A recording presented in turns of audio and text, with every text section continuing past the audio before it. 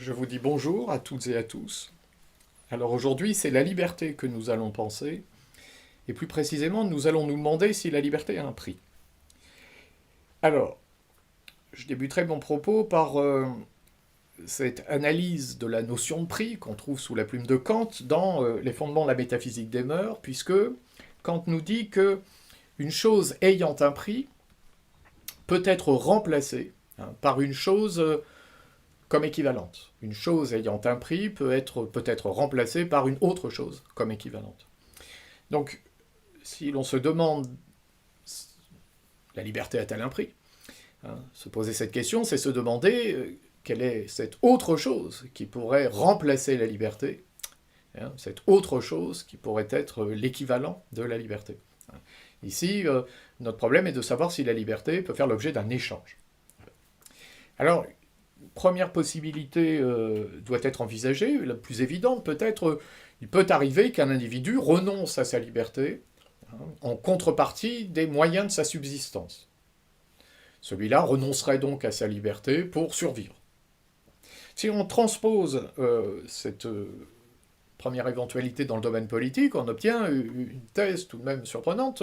Un peuple pourrait donc renoncer à sa liberté, il pourrait s'abandonner entre les mains d'un gouvernant ou de gouvernants, à condition qu'en contrepartie, il en retire les moyens de sa subsistance. Donc la liberté aurait un prix, ici, la chose équivalente à la liberté serait la subsistance. Alors évidemment, cette première possibilité apparaît immédiatement absurde, puisque, en réalité, Rousseau le remarque dès le livre 1 du contrat social, puisqu'en réalité, ce ne sont pas les gouvernants qui nourrissent les peuples. Enfin, jusqu'à preuve du contraire, ce sont bel et bien les peuples qui nourrissent les gouvernants, et les gouvernants ne se satisfont pas de peu, en règle générale. Donc ce sont les peuples qui permettent aux gouvernants de subvenir à leurs besoins, et ils ont souvent des besoins importants.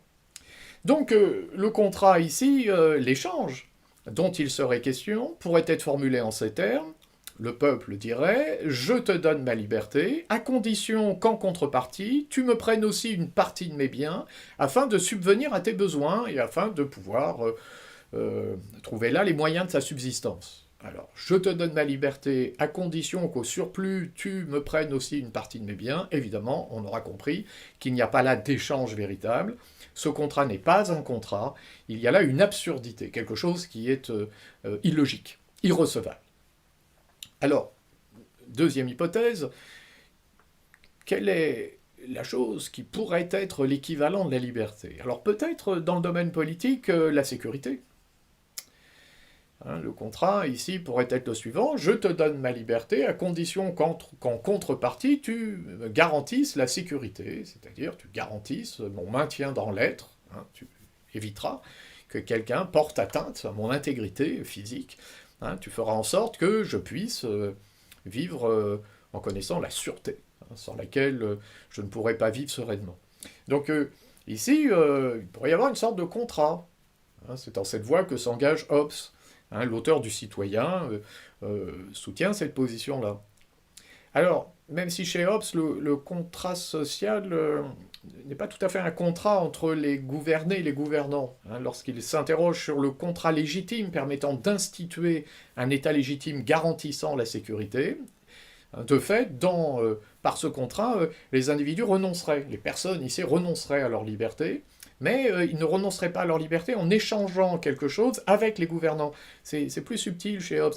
Il envisage un pacte qui ressemblerait plutôt à ce que les juristes appellent une stipulation pour autrui, c'est-à-dire un pacte qui engagerait chacun envers chacun dans la société, chacun s'engageant vers chacun à ne pas porter atteinte à sa sécurité, à condition que l'autre en fasse de même, et ce pacte-là, qui serait une sorte de pacte d'association, serait établi au profit d'un tiers, un homme ou une assemblée, donc un gouvernant, un homme ou une assemblée, qui, n'étant pas partie prenante du contrat, ne serait pas engagé par ce contrat, et par conséquent détiendrait un pouvoir absolu. Donc là, on a chez Hobbes une thèse qui aboutit à ce résultat qui est que la liberté est échangée contre la sécurité. Mais c'est pas un contrat entre le peuple, c'est pas un pacte de soumission entre un peuple et son ou ses gouvernants.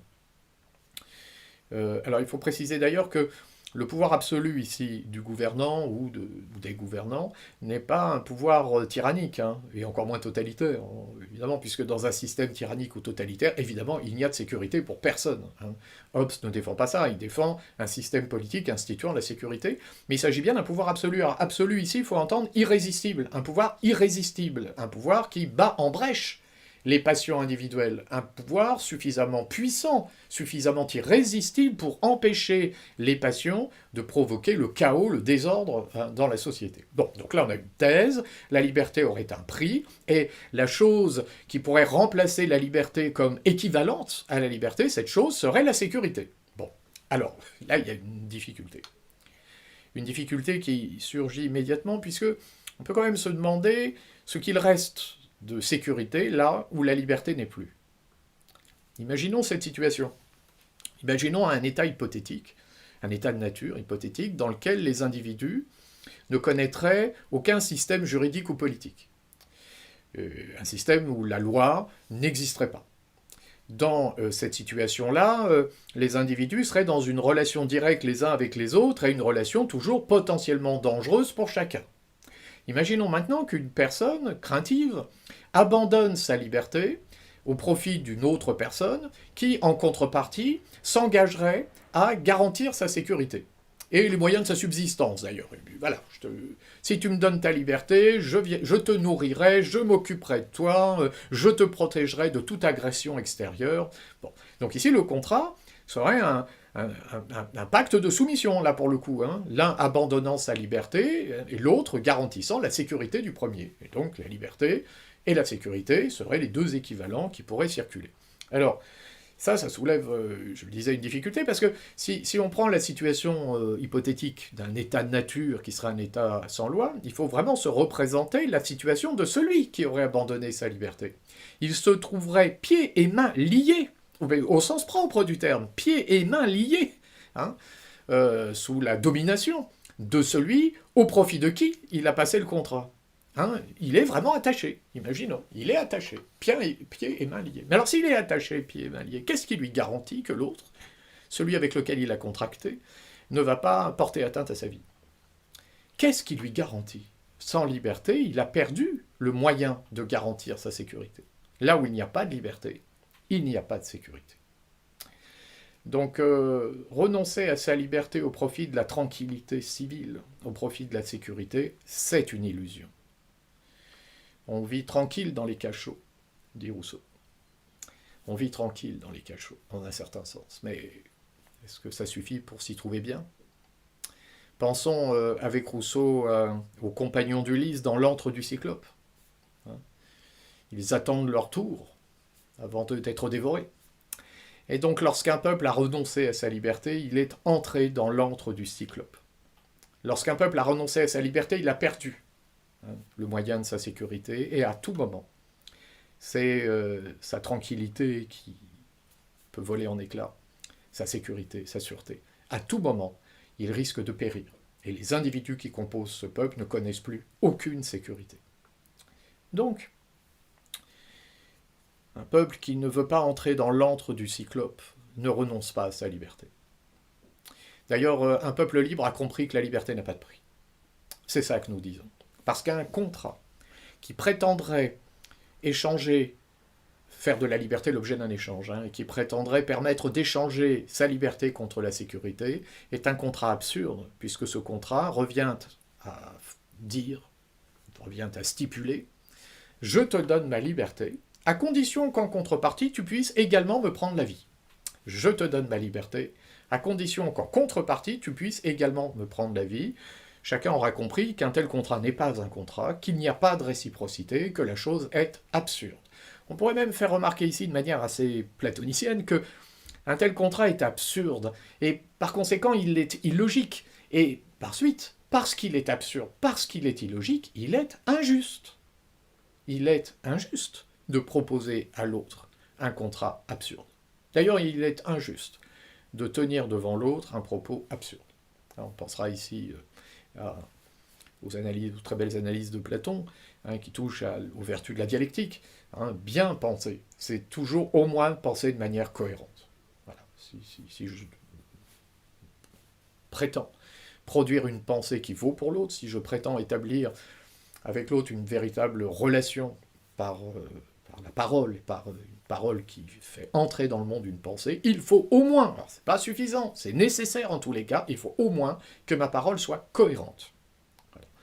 Si ma parole ne l'est pas, elle est à la fois absurde et injuste. Or, là, ce que l'on dit, c'est que ces deux manières de considérer que la liberté a un prix, hein, la première consistant à soutenir qu'on peut échanger sa liberté contre les moyens de sa subsistance, la seconde manière consistant à dire qu'on peut échanger sa liberté contre sa sécurité, contre la sécurité, ces deux manières de concevoir que la liberté a un prix sont absurdes. Hein, ce sont des discours absurdes et donc injustes. Alors, en réalité, cette impossibilité de considérer que la liberté a un prix tient peut-être à la nature même de la liberté. Nous disions tout à l'heure, en nous appuyant sur l'analyse de Kant, qu'une chose ayant un prix peut être remplacée par une autre chose comme équivalente. Et nous voyons là que nous ne trouvons pas autre chose qui puisse avoir une valeur équivalente à la liberté. Mais Kant précise que ce qui est au-dessus de tout prix, ce qui est au-dessus de tout prix et qui par suite n'admet pas d'équivalent, c'est ce qui a une dignité. Ce qui est au-dessus de tout prix, et qui par conséquent, et qui par suite n'admet pas d'équivalent, c'est ce qui a une dignité. Et une dignité, c'est quoi? Une dignité, c'est une qualité qui élève au-dessus du monde des choses. Posséder une dignité, c'est posséder une qualité qui fait que l'on est une personne, que l'on n'est pas une simple chose, appartenant au monde, gisant dans le monde. Et c'est sur cette base-là, d'ailleurs, que l'on comprend le caractère scandaleux, profondément injuste de l'esclavage. Hein, c'est-à-dire réduire l'autre en esclavage, c'est le projeter dans le monde des choses, le considérer comme un objet qui peut faire l'objet d'un échange. Or, une personne possède une dignité, c'est-à-dire une qualité qui l'élève au-dessus du monde des choses, de sorte qu'une personne ne peut jamais, ne doit jamais, ne peut jamais légitimement être considérée comme une chose. Il doit toujours être considéré comme une personne. Mais quelle est cette qualité qui fait que l'homme possède une qualité qui l'élève au-dessus du monde des choses, sinon la liberté, précisément? Quelle est cette qualité, sinon le fait que l'homme ne soit pas emprisonné dans le monde des choses, ne soit pas un être naturel parmi les êtres naturels?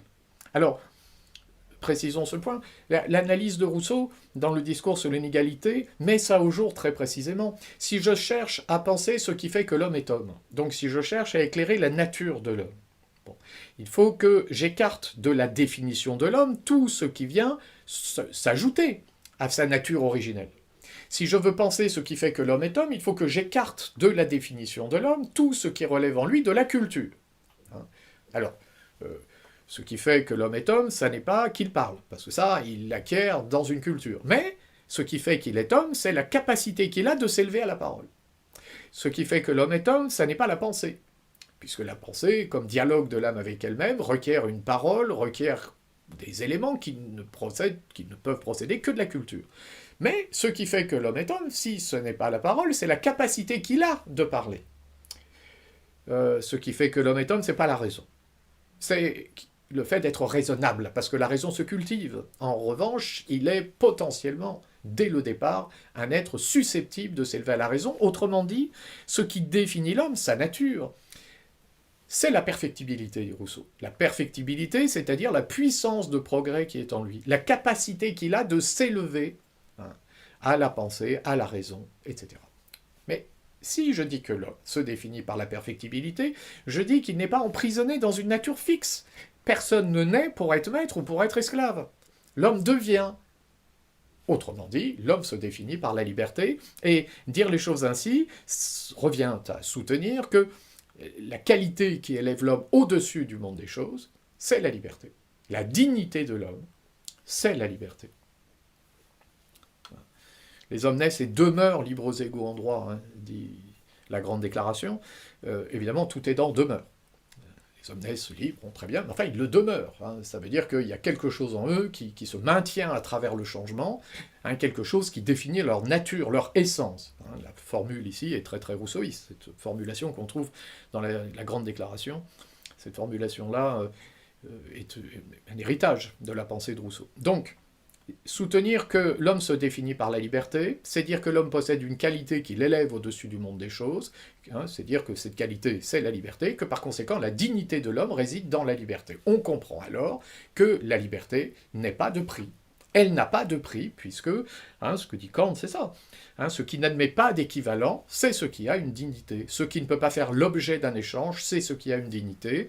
Rousseau, dans le contrat social, hein, a cette très belle formule, renoncer à sa liberté, c'est renoncer à sa qualité d'homme. La liberté ne peut pas faire l'objet d'un échange. En ce sens, elle n'a pas de prix. Dans un monde imprégné par